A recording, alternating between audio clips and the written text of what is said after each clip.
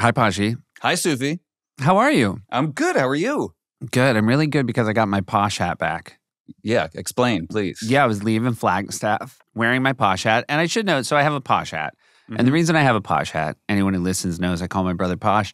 There was a cake shop in the West Village in New York City called the Posh Cake Shop. And I guess maybe a couple years ago I was walking by and they had a bunch of hats. And I said, well, I'm going to go in and buy a posh hat. And it's a purple hat with neon pink script that says Posh. And I love it. Get a lot of compliments on it. Not Alexi's favorite hat, just on color. Just on color. Yeah. She's not anti-posh, but she doesn't love the, Fair enough. And I wore it to draft weekend, and everybody thought I had it made, and everybody was really excited and wanted more. But the cake shop doesn't make them anymore, so it's a 1 in a million at this point. And I was in a car going from Flagstaff to the Phoenix airport. Got out, left my hat in the car, thought it was gone forever. Yeah. Then did some legwork, got in touch with the driver, got him to send me the hat. Huge news. Huge victory. Yeah. Can't tell you how happy Alexi was when she unboxed that hat.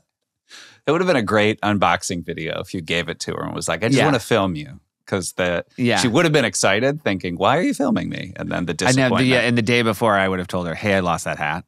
Yeah. And then she would have also put her in a good mood that she would have thought the hat was gone. Yeah. I went to SoFi Stadium for my first time. Wow. What'd you see at SoFi? I saw Green Day.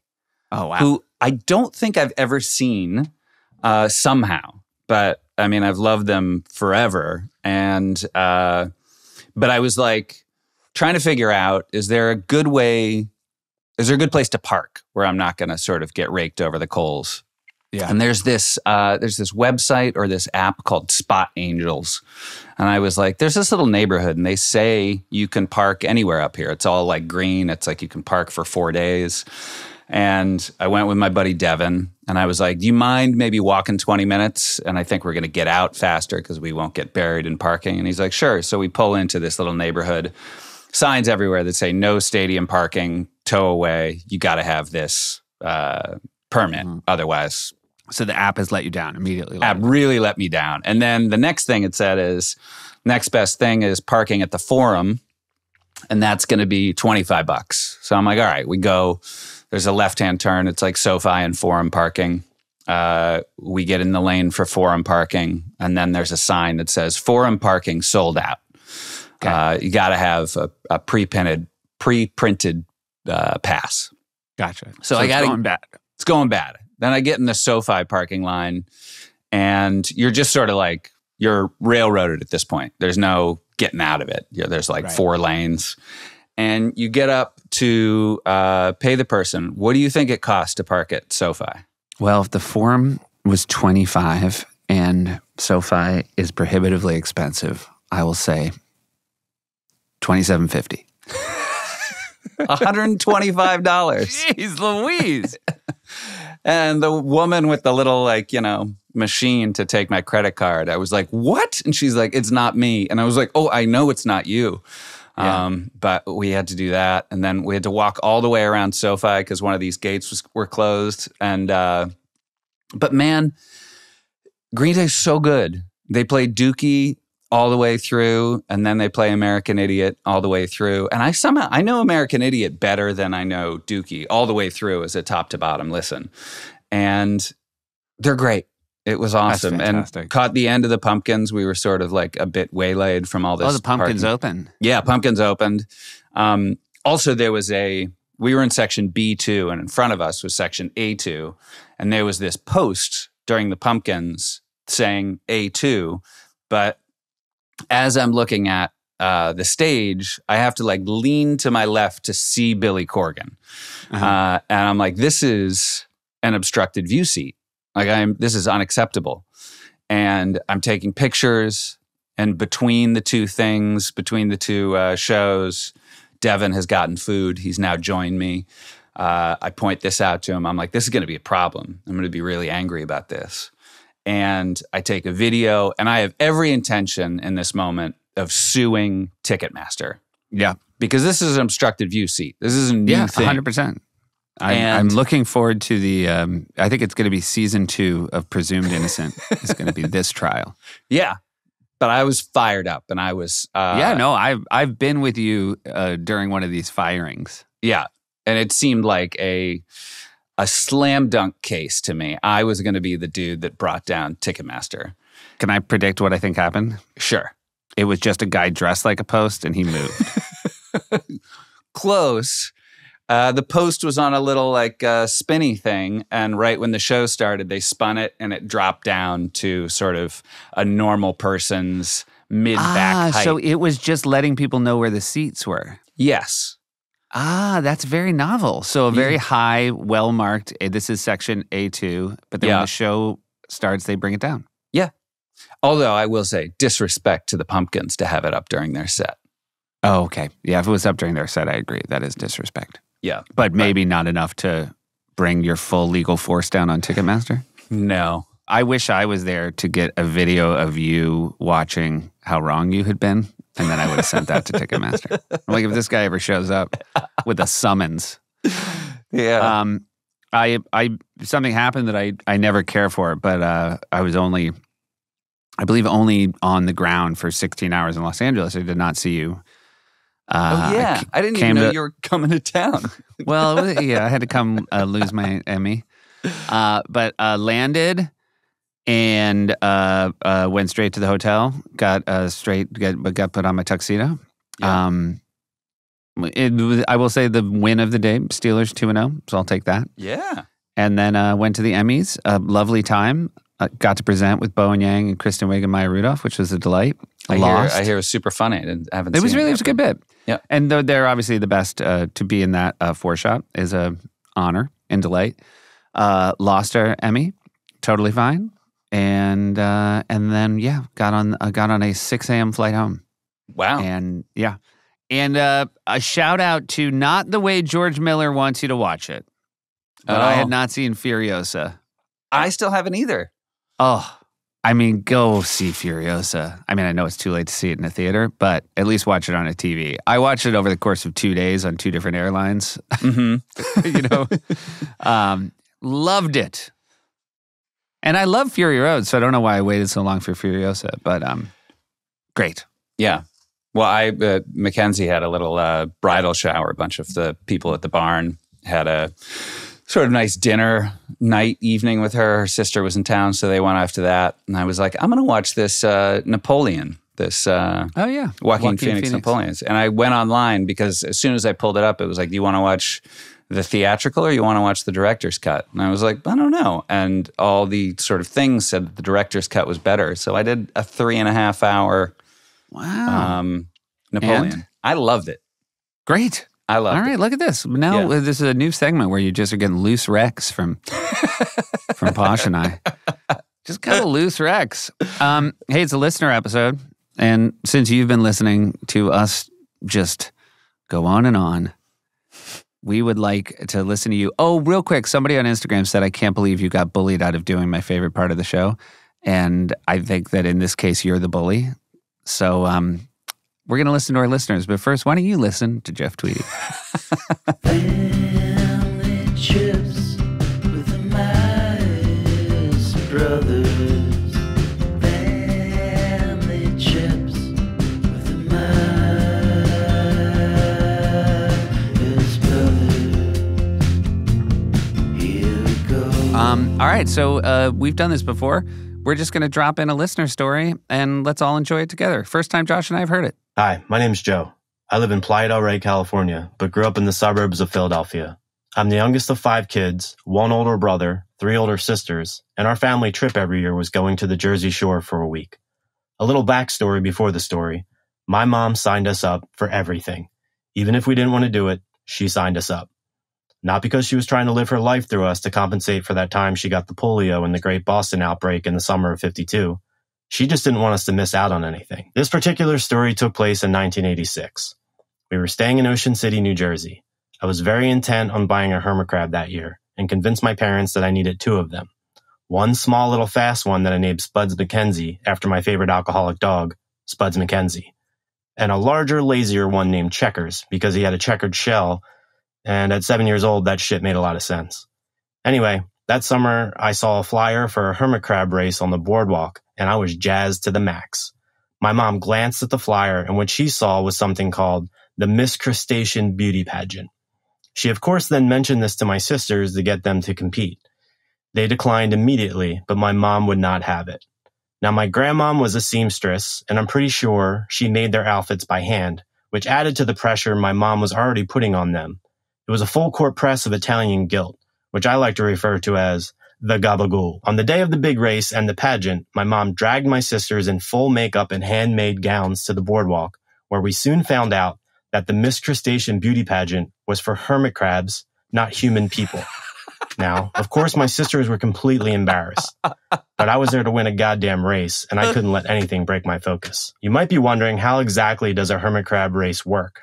Well, a bunch of nerds put their little crabs on a table inside of a plastic cage. Think of it like a tiny UFC octagon, but circular, and instead of two dudes in board shorts, it's a bunch of hermit crabs. Now, the idea is that they lift up this little crab prison, and the first one to crawl past the finish line wins. I should note, the finish line is also a circle because hermit crabs have no spatial awareness. Okay, back to the race. There are probably 20 to 30 hermit crabs on this table, and they all look alike. But it doesn't matter. I'm a father. I know my children. On your marks, get set, go.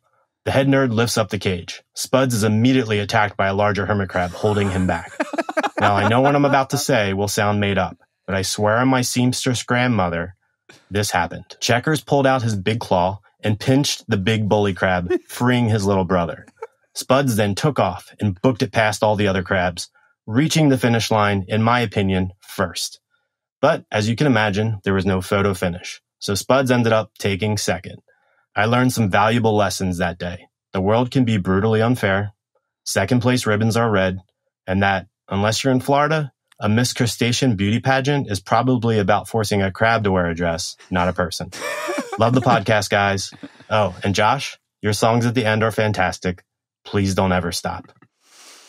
Thank you, Joe. What a story. I mean, that's like, I don't know. You want that to be a short film, or it feels like a Mark Twain story. It's too strange and wonderful. And I mean, 3 older sisters in homemade gowns accidentally showing up for a crab beauty pageant, where then the only move is to say, no, we know, we just dress up for crab races. Like if you garbage people. Like people used to. Yeah. If you garbage people want to show up in your flip-flops and street clothes, fine. But this used to be an occasion. Was there a race for hermit crabs as well as a beauty pageant for hermit crabs? This is one of those problems where you wish Joe was here in person, because I will say, as good as his story was, I do have some follow-ups. Yeah, but that's great. Because I was wondering, are all the crabs in the race going to be dressed up in crazy costumes? But it turns out, no. Yeah. We haven't done this before.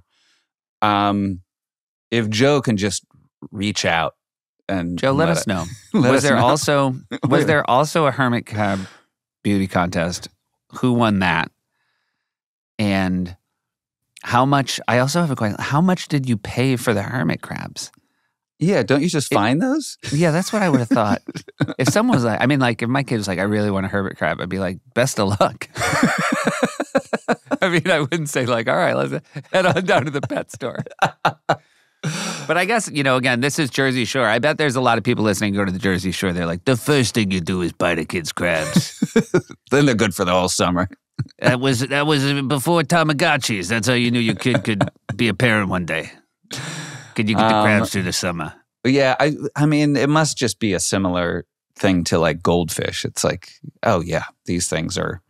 I'm very proud of Checkers looking out for Spuds. I did not think this kind of crab would care for one another. You know why? Why? Because they're hermits. Kind of famously. Yeah. Famously solitary. Do you think maybe the race also in their head is like, I just got to get away from all these other crabs? Right. You're right. I've got to get to somewhere where I'm just like alone with my thoughts. Yeah. Yeah. I'm gonna race to the Airy. I've never been to like a small animal race. Like I know they have like pig races. Sometimes I've seen like videos of that. I want to say like these kinds of things happen. And these kinds of things, I think, always sound like great fun. You know what? Martha's Vineyard does a crab race. Oh, really? Yeah, they do a crab race during Fleet Week, and it's and that is a sort of big square. Think of like a big wooden pallet where there's like 6 rows, and they put the crabs at the end of each row. So each crab has their own individual chute. Yeah. To run across. Yeah. And I don't think they enjoy it based on their attitudes, but you know what? They're always so crabby. That was, I think I apologize for everybody who heard that joke. That was specifically for our mom. Yeah. You're like, you missed the mark on that one, Seth. I hit one exactly where I wanted to. Yeah. Also, as a real quick sort of family trip, our parents famously once went to Florida and they were looking for a restaurant to go to. And there's a restaurant called Krabby Bill's. Yeah. And for whatever reason, Mom didn't want to go there. And she took on a real childlike persona and kept saying to him, I don't want to go to Krabby Bill's. And that is so sort now of, when somebody is being fussy in our house, they're being a Krabby Bill. Yeah.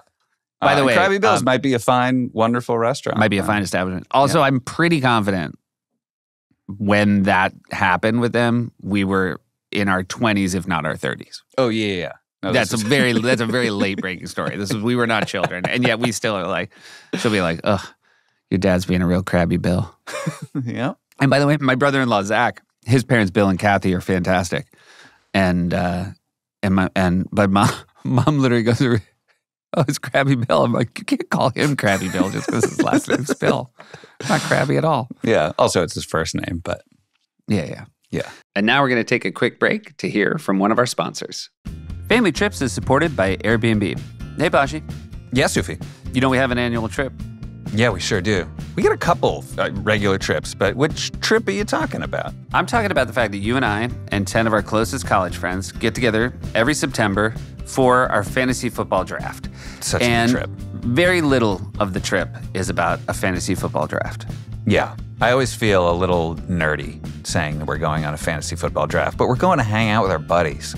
Yeah, that's why I say it's a fantasy friendship draft. Would that make it less nerdy, or is that maybe worse? No, I think it's charming. It's sweet. So this year for our fantasy friendship draft, we have a fantasy location booked. And it's all thanks to Airbnb. We found a place that has enough space for all of us and enough bedrooms for all of us and has a lot of outdoor activities, a fire pit.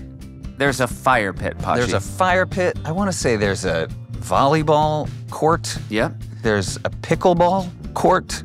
There's a lot. It's driving distance to a hospital that a bunch of 50-year-old guys are going to have to go to when we blow our ACLs. Yeah. But in general, it is so nice that it has all the things that we could not get with our group at a hotel. Oh, absolutely not. Because what you want is you want to be able to hang out together for as long as you can, and then if it's time to go to bed, you go to bed, but everyone else is sort of in the same place. And one thing that we're sort of focused on trips like this is no new friends. No new friends. We don't want to meet them. We don't want to make them. We're happy with who we are. And maybe you're someone who's thinking, you know what? My home could be a great get-together for old friends who are not looking to meet new people. You've put a lot of time, effort, and work into your home, and someone out there would probably love to experience it while they're traveling. And then they would rave about how it was the highlight of their trip. Your home might be worth more than you think. Find out how much at airbnb.com/host. Here we go. All right, you guys, let's hear our next story. Thank you, Joe. Amazing, Joe. Thank you. Hi, my name is Cindy from Airdrie, Alberta, Canada. I love the Family Trips podcast. There's just enough humor to delight me, and I love the glimpses into the lives of people that you kind of know from TV and movies. So about me, I grew up on a mixed farm ranch in southern Alberta, number 4 of 5 kids. There were 6 years between the oldest and the youngest, and that's a story in itself. We were all toddlers together, teenagers together, got married within a few years of each other, had our kids close together. We're all grandparents now, and the next stage is coming. We did just one big family trip, all 7 of us, in a station wagon to California in December 1967. This was before seatbelts were required in cars, so we had a foam mattress behind the seats, and 1 or 2 kids would hang out back there. Our luggage was all piled on the roof rack along with the spare tire. Think Beverly Hillbillies. A few stories about that trip. We didn't have a ton of money, or maybe my dad was cheap, so we'd pile into one motel room, kids sharing beds, and we'd use that foam mattress from the car for a couple of kids on the floor. When we were approaching LA, I think we hit a bump or something. The spare tire bounced off the roof rack and went rolling down the side of the highway and then into the grassy median. Dad stopped the car and yelled at my 2 older brothers, who were, I think, 11 and 12 at the time, to chase after the tire and bring it back. If you had tried to get that tire to roll, it probably would have gone 15, 20 feet. But when you wanted to stop, it just kept rolling and rolling.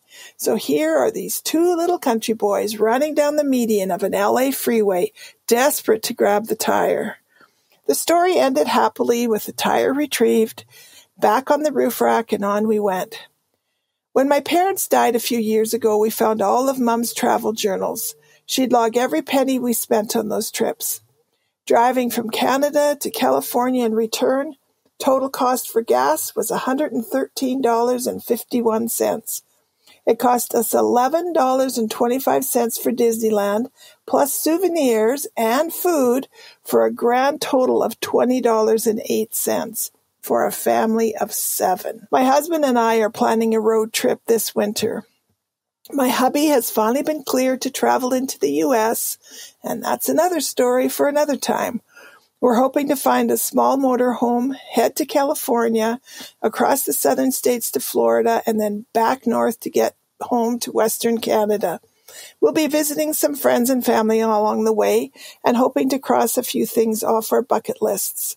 For me, I want to see the Grand Canyon. Sorry, Seth, I just do. That's all right. That's all right. Look, I've been now. I get it. I totally get it.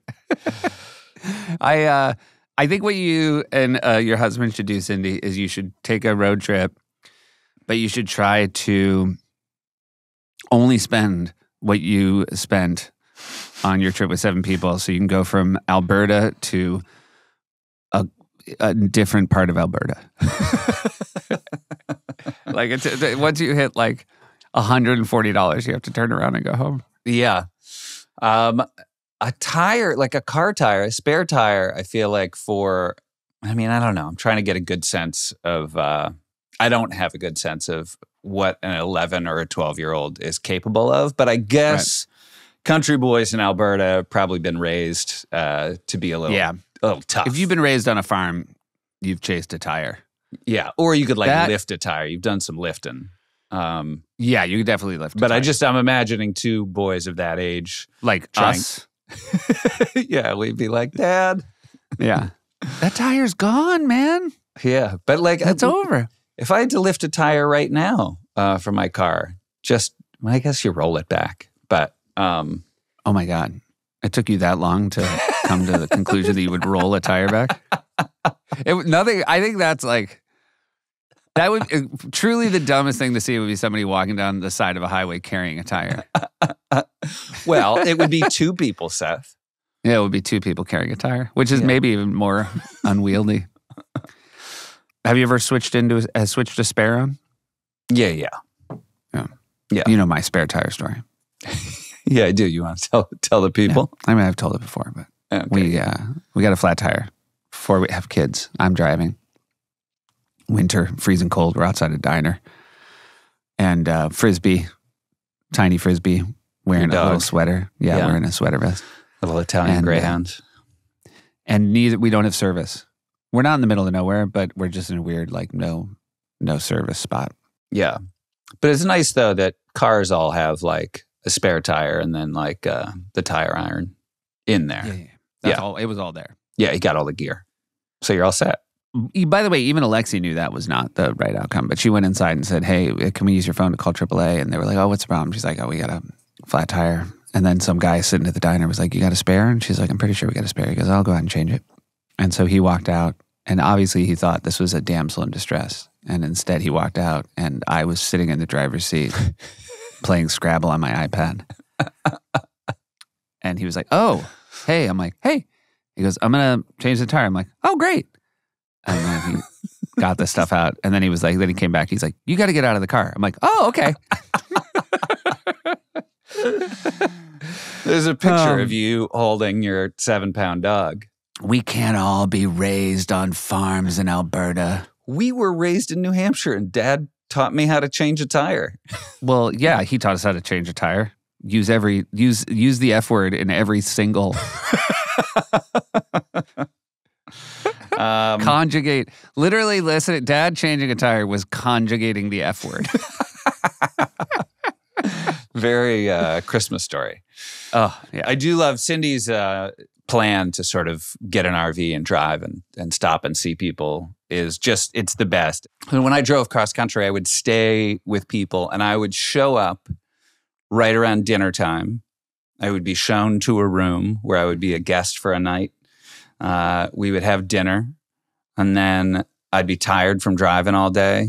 We'd maybe sit around, have a drink. I wouldn't want to drink too much because I'd be driving the next day. And these were all strangers, and it was done at gunpoint.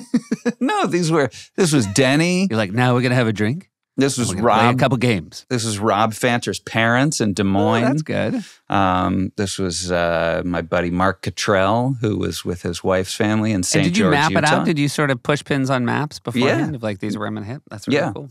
And then in the morning, people were like, well, we have to go to work in the morning. And I was like, well, great. I have to drive to Iowa, or I got to get to northern Pennsylvania. So let's have some coffee, and then we'll be on our merry way. And it was just lovely. So I wish you guys a great trip. And thanks for the story, Cindy. Thank you, Cindy. I think we got one more story. Is that right, Sam? Yep, that's right. I want to get Sam in here, Mm-hmm. That's my contribution. Yep. We're just getting just enough Sam to whet people's interest and appetite. Yeah, Sam's been called out. Yeah. Previously for not catching when we had, was it siblings? Siblings, yeah. People are really hard on Sam when it's obviously, we've been here for every episode too. Well, they called us out and they called Sam out, which I think was a new thing for her. Yeah, it was. Yeah. Yeah. I can handle it. It keeps me on my toes. Yeah. Absolutely. We don't blame you. If you can't stand the heat, don't produce a podcast. All right, here's our last story. Hi, Seth and Josh. My name is Allison, and my sisters Susan and Debbie and I love your show. I was in Seth's class at Northwestern, but unfortunately I never met either of you while we were there. I live in Tampa now, and my sisters live in D.C. and Chicago. We took many family road trips when we were kids, so here's a story about the first one we took. Our mom and dad grew up in Chicago and moved to La Crosse, Wisconsin for work. At the time of this story, in the mid-'80s, I was 12, my middle sister was 9, and my youngest sister was 5. We'd never been anywhere but Wisconsin and Chicago. Our dad had a 2-day conference in Boston, so we drove in our family minivan all the way out to Massachusetts. The trip had the usual components of a Massachusetts tour: Plymouth Rock, the Freedom Trail, Cape Cod, etc. But as landlocked Midwesterners, the event we most looked forward to was a whale watch, to see real whales in real life. We had never been on a boat other than a canoe in the Mississippi River, so we were so excited about going out into the Atlantic Ocean. The morning of the trip, we were up early in anticipation, and we could hear the other hotel guests and workers in the hallways and outside as they called to each other. "It looks like a lower deck day," we heard one person say. What could that mean, we thought. Maybe lots of whales we could see up close? We ate a small breakfast of Cheerios at the hotel and headed down to the dock. A cool breeze picked up and waves crashed against the pier. We smelled the salty sea air and we could not contain our excitement. We couldn't believe our luck. 4 hours on a whale watch tour. For sure we'd see whales. As the boat chugged away from the shore, my sisters and I ran from one side of the rail to the other, to the bow, wind in our hair and faces, taking in all of the sights and sounds of the sea. It was just as we had imagined. And after about 45 minutes, we reached the spot where the captain thought we might see some whales. The boat bobbed in the rough seas as we waited. It pitched and rolled. An hour went by. The sun got higher and it felt hot. We started to look at each other with every sideways motion of the boat, feeling worse and worse. We were pale and sweaty as the boat heaved in the waves.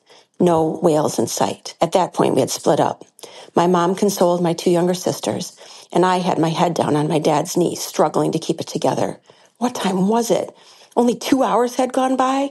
We still had 2 hours left? Then the captain made an announcement that the ship's concession was serving their special jelly donuts, and people walked by, eating them casually, like they were standing in line for their coffee at Dunkin'. That was too much for me, and I found out what a lower deck day meant. As I hung over the rail with many other passengers, I saw those Cheerios from breakfast again. My mom and one of my sisters succumbed as well, my mom dramatically hanging on to my youngest sister's windbreaker to keep her from going over the side as she threw up. Eventually, some whales did show up, but no one cared anymore. We just needed to get back onto solid ground. A long hour later, the boat arrived back into port. We kissed the earth when we finally disembarked. And to add a final insult to injury, our minivan smelled like seawater for the next 7 years that we had it, to remind us daily of our infamous whale watch trip. Love the show. Oh my God. Thank you, Allison. Go Cats. We'll Go start Cats. with that. I mean, we went whale watching as well. And Yeah. it is not. I mean, I feel like my takeaway is I remember Dad kept saying it was just a huge scam. Yeah. And I think I also gave myself, my sense of whale watching would be the entire whale would come out of the water. Right. You want to I see had a been- breach. I'd been SeaWorld spoiled. Yeah. And instead it's just sort of like the back of a whale. That like goes under you. And I Yeah. suppose if it wants to tip you, it maybe could tip you. But yeah, we've been on those whale watches and they are longer than they need to be. Yeah. And also it's, unless you're truly in some majestic place, once you see a couple whales, that's kind of it. Yeah. Yeah. I mean, I've talked about the fact that we went on safari. The same is true of giraffes. The first giraffe you see is mind-blowing. Yeah. The fourth giraffe you see is now just like a deer. Like that's the speed. You know what I mean? Like if you saw a giraffe in New York City, it'd be fantastic. But like if you see a giraffe where all the giraffes are, you just kind of get used to it. And I feel like the same is true of whales. There was a real 2 summers ago. Everybody wanted to see whales. My whole summer was like my father-in-law being like, they spotted whales. Oh, and yeah. there was a lot of like taking a boat out and just like sort of looking around for whales and being seasick. Yeah. I remember we went out on the boat on Martha's Vineyard, ostensibly looking for whales. And we came across a pod of dolphins. Yeah. And there were like hundreds of them. It was amazing. And your son, Ash, kept being like, I wanted to see whales. Yeah. And dolphins are so much better than whales. That was They a were real like, drag. It was amazing. It was fascinating. It was so cool.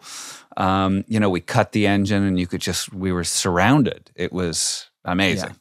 And, Were you yeah. on, I went on a boat in Scotland and I don't know if you were with me. Maybe it was just No, definitely not. Mackenzie and I, but we had like taken some trip and it was like a dolphin sighting boat trip. And on the picture, there was a boat moving with all these people leaning into the wind and all these dolphins out of the water with the same lean as the people. And you were like, oh, this is going to be amazing. And we saw 0. Yeah. And they said, well, we will give you half off your next boat tour if you want to do it again. And it was like, no. Half off the next one. Yeah.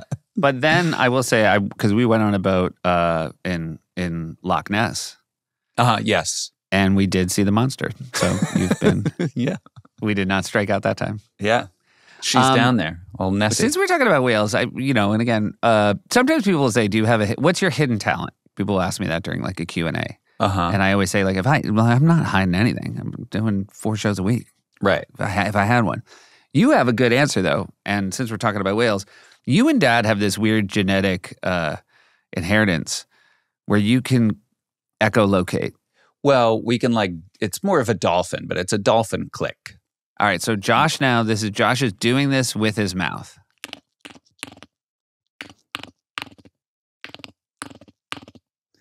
And And I can't do it. Yeah. And it's been a great frustration to me. And the two of them, the way they explain it to me is just explain how you do it. It's the inside, it's the side of my tongue on the upper part of my teeth. And I'm sort of inhaling, but slow, not inhaling, just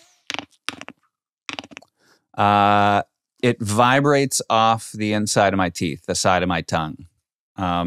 And I'm sure there are people out there that can do it, but it is one of those strange things that Dad could do and I could just do. Yeah. I don't think we worked on it. No, I don't think you worked on it either. You Yeah. worked on my last nerve. Was that our second? That was our last story. That was our What last great story. stories. Yeah. Thank you, everybody. Thank you, And, Allison. Allison, Yeah. Cindy, Joe. Also, Tr- that tremendous. Allison's their car smelled like seawater for 7 years. I will say 7 years was a very funny culmination of that sentence because I sort of thought weeks. 7 years is, I kind of feel like maybe you guys didn't desalinate well before you got back into the car. Yeah, is that just like a car from Wisconsin that's never seen the ocean is porous in a way that can take on a seawater smell and never replace it with anything else? My nightmare, and I like a point A to point B ferry ride. Sign me up. Yeah. We're going to take a boat out for 2 hours, then we're going to come 2 hours back. Sign me out. Just, I feel trapped, man. Yeah. Yeah. Well, I feel like you do that to a degree on the regular. Yeah. Yeah, I do. I suffer quietly on the bow of the ship. The bow's the front, Posh. I learned You're going nowhere. Good way. There you go. Yeah. And now we're going to take a quick break to hear from one of our sponsors. Support comes from Delete Me. Hey, Poshy. Yeah, Sufi. Have you or someone you know been a victim of identity theft, harassed, stalked, doxxed? Has that happened to someone you know? It hasn't happened to anyone I know specifically, but anyone you hear about it happening to says it's maybe the worst thing that's ever happened to them. I think it's a huge drag when someone takes your identity because they almost never do something with your identity that you would like them to do. No one has ever steals your identity and then takes tap lessons and then tap. That would be because amazing. Yeah, it would be amazing. Yeah. And you know what? But again, that's not what they're doing. No. And that's why I personally recommend choose Delete Me. Delete Me is a subscription service that removes your personal info from hundreds of data brokers. These are the data brokers that are making a profit off your data. Your data is a commodity. Anyone on the web can buy your private details, and then that leads to the identity theft, where people are all of a sudden using your information for nefarious means. Shame on them. So that's why I sign up. Provide Delete Me with exactly what information you want deleted, and their experts take it from there. Take control of your data. Keep your private life private by signing up for Delete Me now at a special discount for our listeners. Today, get 20% off your Delete Me plan when you go to joindeleteme.com/trips and use promo code TRIPS at checkout. The only way to get 20% off is go to joindeleteme.com/trips and enter code TRIPS at checkouts. That's joindeleteme.com/trips. Code. Tell them, Poshy. TRIPS. I really feel like you almost deleted me from that whole ad. Yeah. I just kind of, sometimes I'm just rolling, Posh. And you're just, you know what? You know what you are? Expendable? An anchor. Here we go. All right. I think we have some cues that we're going to provide some A's to. If you want to roll one of those, Sam. Greetings from beautiful Cambria, California. Josh, come on up and visit. It's a short drive from LA. My name is Larry, and hearing the discussion and the befuddlement that Seth had over Josh's blind spot about the show Friends, the now worldwide phenomenon that everyone seems to know about, I was just wondering for each of you, is there something in pop culture that you feel like you have a really deep knowledge for? What's the one thing maybe each of you would say in pop culture that you've had something almost bordering on obsession since you were maybe a kid or adolescent? Curious to know. Love the podcast. I mean, since a kid, I would say, Batman. I was like, I remember waiting to get the first ticket to the 1989 Batman movie, Yeah. which, by the way, looked like all the other tickets. Not the best use of my time. Yeah. But then, I would say that nobody bangs the drum harder for shows like Homicide: Life on the Streets or Battlestar Galactica, the new Battlestar Galactica. Those are things that I feel like maybe I have a more abiding love for than the normal human being. Yeah. Baseball cards, I feel like you... Yeah, that's yeah. I mean, but then there are people that are so into baseball cards. That's the problem with a lot of get these things. lapped. Like people are more into I don't know. I forget so much that I feel like you I really can't... do. That I can't... It's interesting when I'm like, what is Josh's pop culture thing? I don't think you have one. I will say but like you like genre-wise, I would say you love horror movies. I do. You love a good scare. Yeah. But you're not, yeah.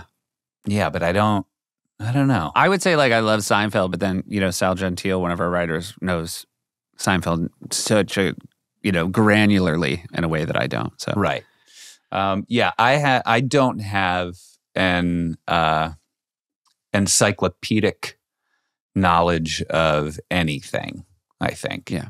Again, that's just me. You were of adult age in the 90s. You can't name all 6 friends. That's true. I tried the other day. I was thinking about that again, and I was like, "Yeah, I can't do it," and I didn't want to look it up. Real quick, I just want to say to Larry, I've driven through Cambria, and it's beautiful. It's sort of this, it's wine country. I sort of drove in off these sort of rolling California mountains down to the coast and was like, what is this town? And that was Cambria. I did not stop. I was on my way to Big Sur, but man, it seems like a place that's worth stopping in.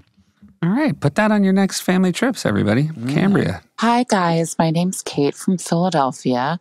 I was just wondering how you guys think your family dynamic would have changed having a sister. And if you had to have a sister, would you have preferred having an older sister, a sister in between you two, or a younger sister?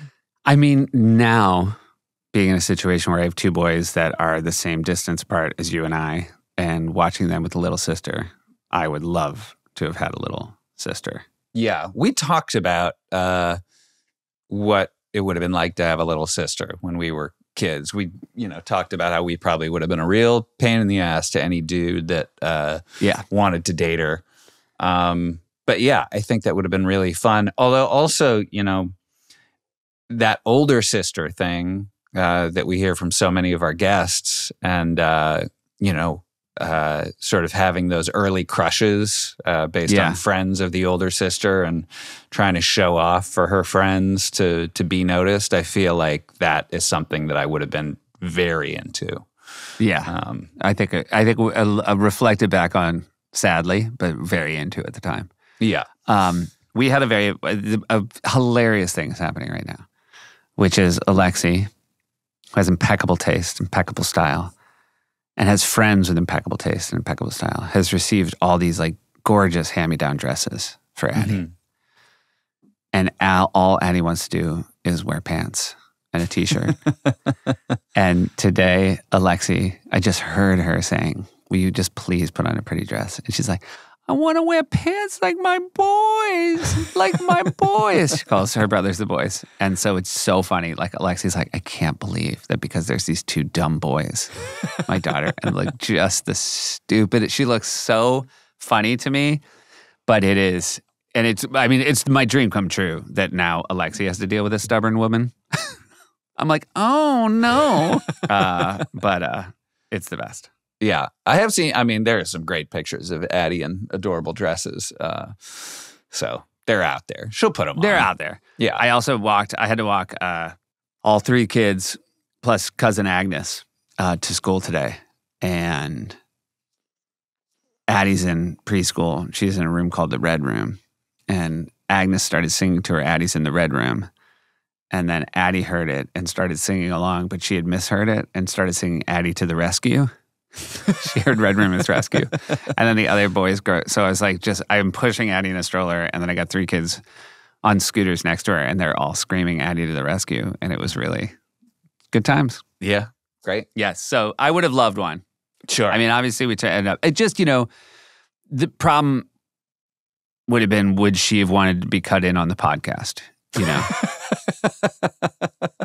And would she have had, yeah, she would have had good insight. She would have ripped us. Yeah, no, that's it. On the regular. I would like a sister, but she's not allowed to rip us. Can we have one of those, please? All right, let's hear our next one. Hi, Josh and Seth. My name is Hannah. I'm from St. Louis. And my question for you guys is, I'm about to have a baby as a solo parent. How can I create family trips for just me and my baby and still manage to create the adventures and exciting stories that you guys hear about and tell yourself? How can I, as a solo parent, create that for my own child? Love the podcast. Love you guys.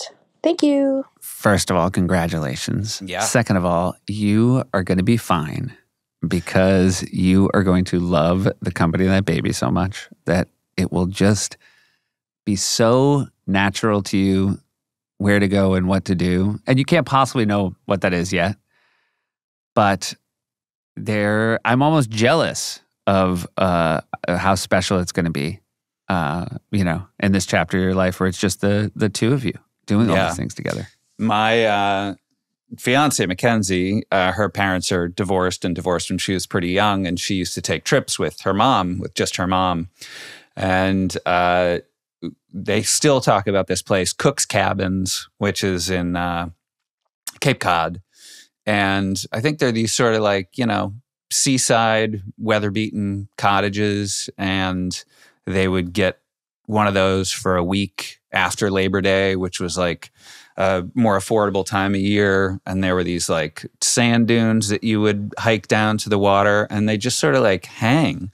And it was this place that was like a little community because there were all these little houses. So you'd get to know the people that were there for the same week or on the same weekends. And I think just going somewhere that's fun, that I feel like Mackenzie's mom, Linda, loved the beach and loved to lay out, and kids like hanging on the beach. But find something that you love to do where your child will be able to sort of run around. If you're in St. Louis, I don't know how busy it is where you are, but a spot where kids can run around and play and where you can also be happy.